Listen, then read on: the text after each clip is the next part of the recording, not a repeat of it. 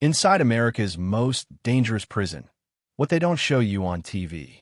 Before we begin, smash that subscribe button, turn on notifications, and drop a comment below if you think you could survive a single night inside a maximum security prison. Trust me, you'll change your answer by the end of this story. The first scream echoed through the corridor just before dawn.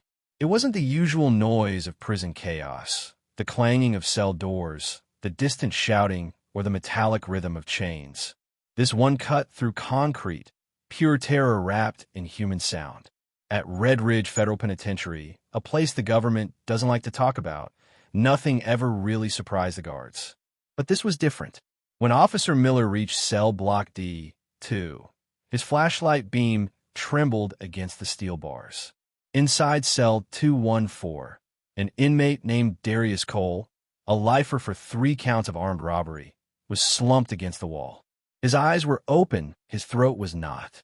Blood streaked the concrete like someone had tried to write a message. But it stopped halfway through, just 4 letters carved in crimson. Will. By sunrise, the prison was in full lockdown.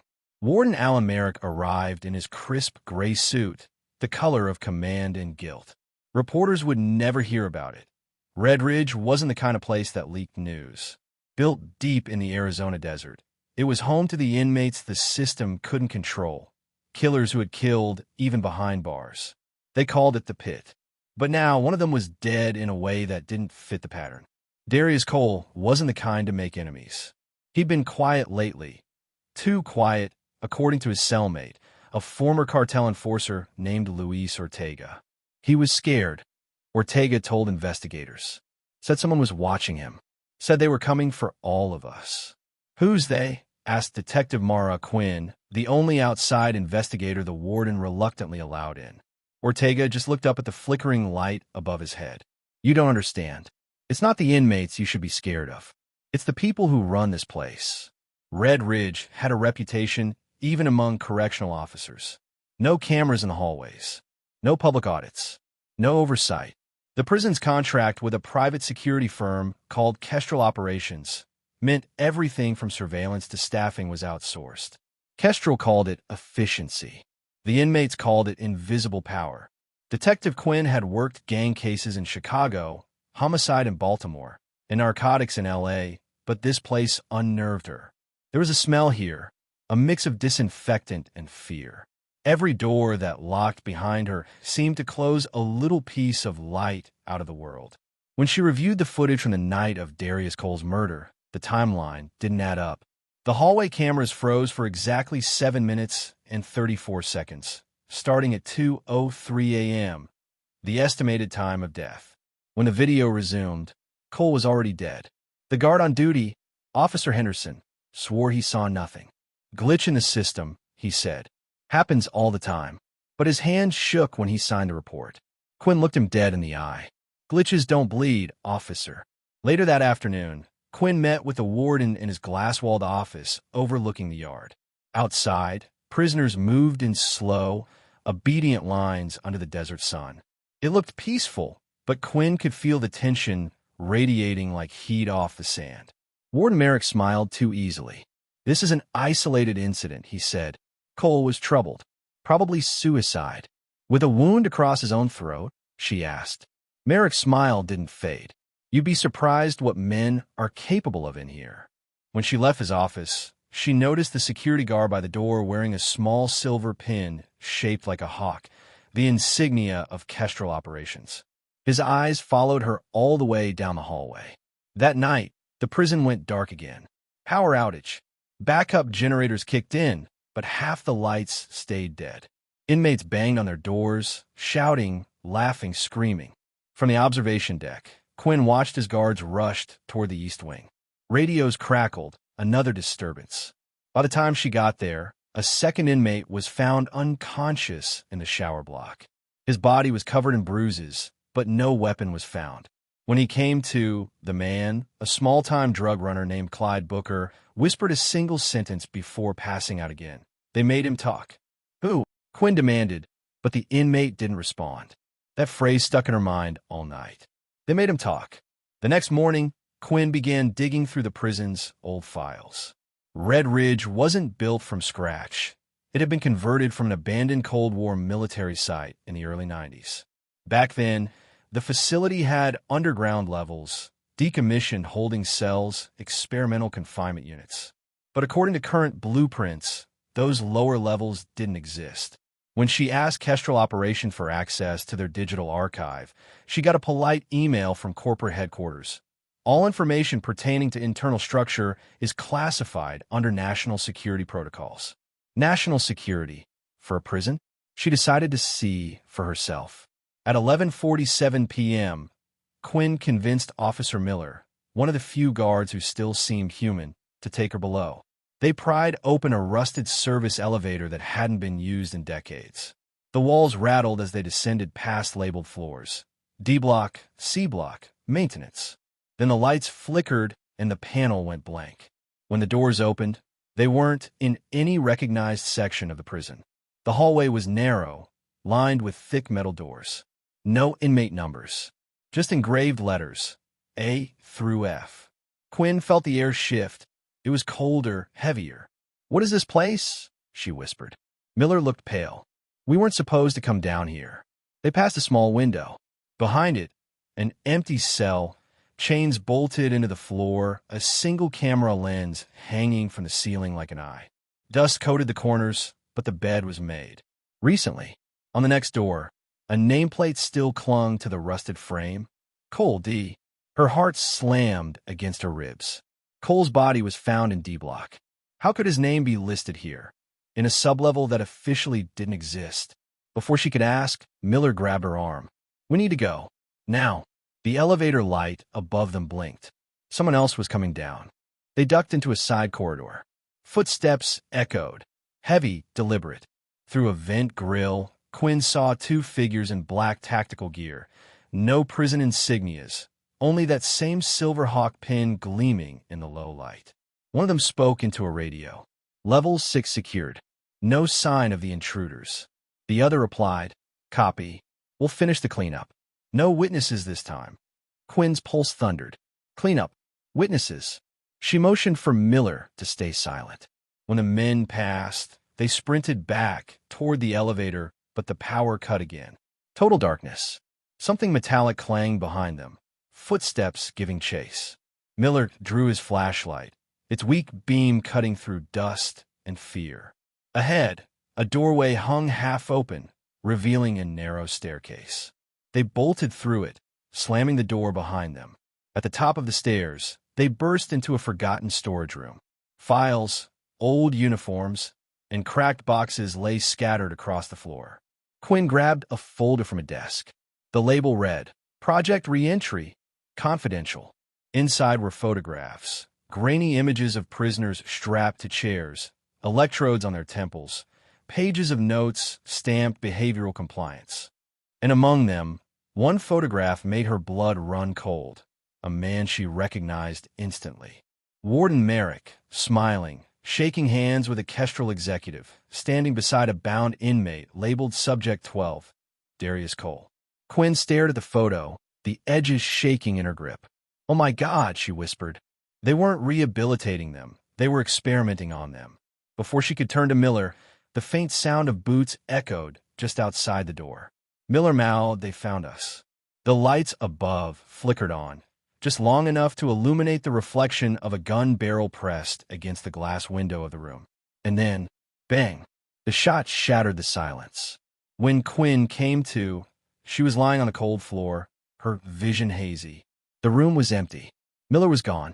The file, the photos, gone too. Only a single page remained, pinned to the wall with a knife.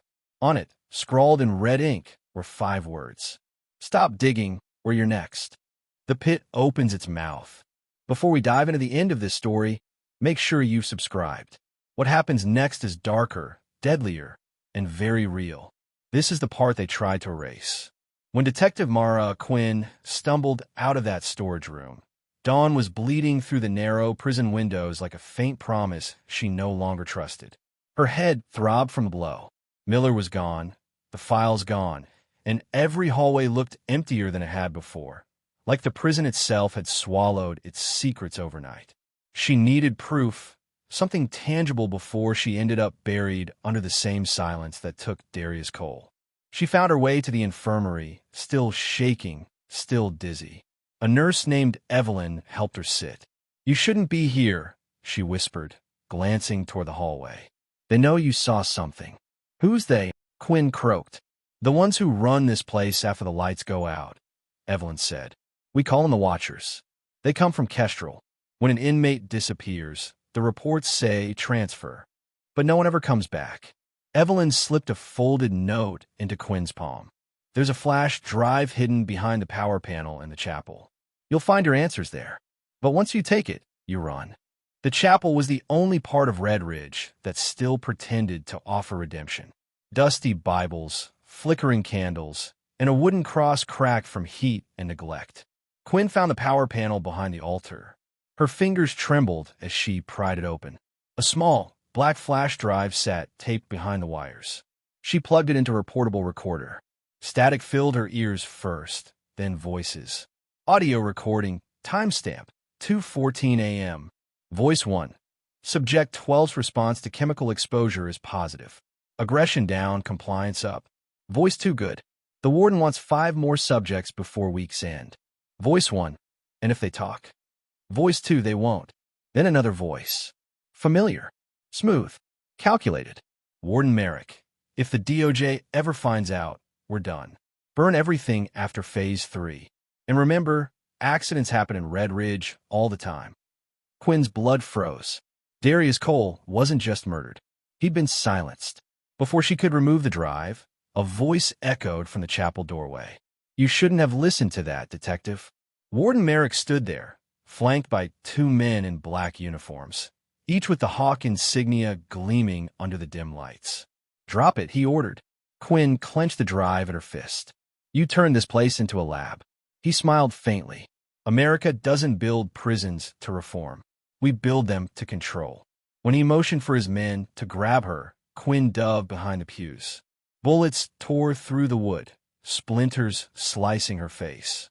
She crawled toward the exit, kicked open the side door, and ran into the blinding desert light. The alarm roared across Red Ridge. Outside, chaos erupted. Inmates had caught wind of the commotion. Someone had opened cell block D.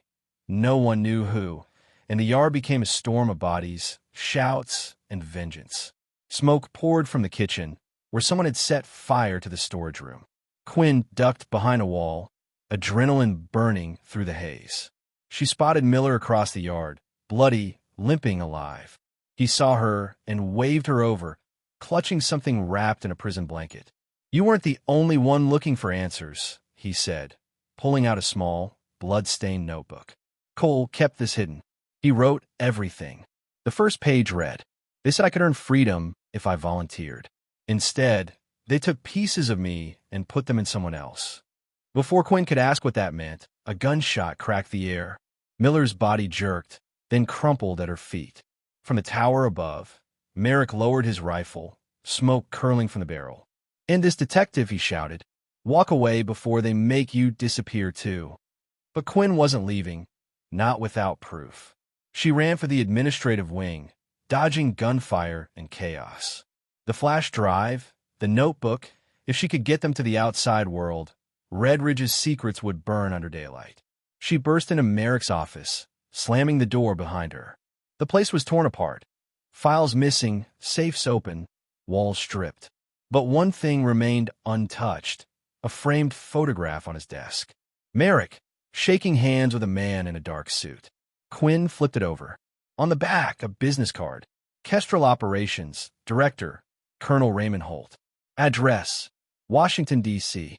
She stuffed it into her pocket and turned toward the security terminal. It was still active, still streaming live camera feeds. And what she saw made her stomach drop. Deep beneath the prison, in a hidden sublevel, floodlights illuminated rows of cells. Inside them were inmates, alive, restrained, and wired to machines. Electrodes pulsed faint blue light along their temples. Monitors read heart rate, brain activity, obedience scores. She zoomed in on one cell. The inmate's face was covered by a metal mask, but the body twitched, struggling. The nameplate read Booker C. The man from the shower block. The one who whispered they made him talk. Her fingers hovered over the keyboard. She initiated the live feed backup to an external server. A red warning flashed. Unauthorized upload detected. System lockdown in 60 seconds. Footsteps thunder behind her.